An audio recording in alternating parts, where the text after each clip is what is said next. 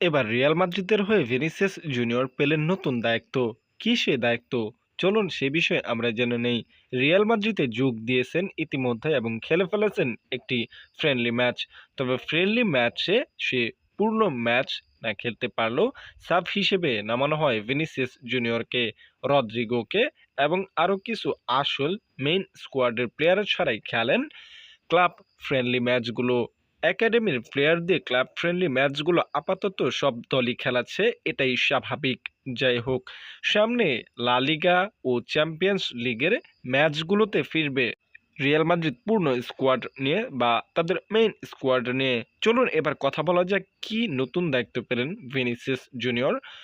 এই নতুন দায়িত্বটি হচ্ছে রিয়াল মাদ্রিদের হয়ে ভিনিসিয়াস জুনিয়র পেনাল্টি করবেন। হ্যাঁ, এখানে এনরিক যোগ দিয়েছেন, এছাড়াও নতুন প্লেয়াররা রয়েছেন।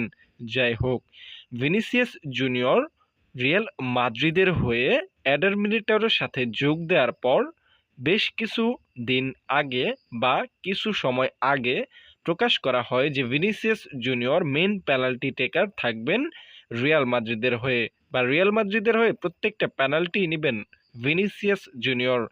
এবং এমবাপ্পেকে রাখা হয়েছে ফ্রি কিকের বিষয়ে।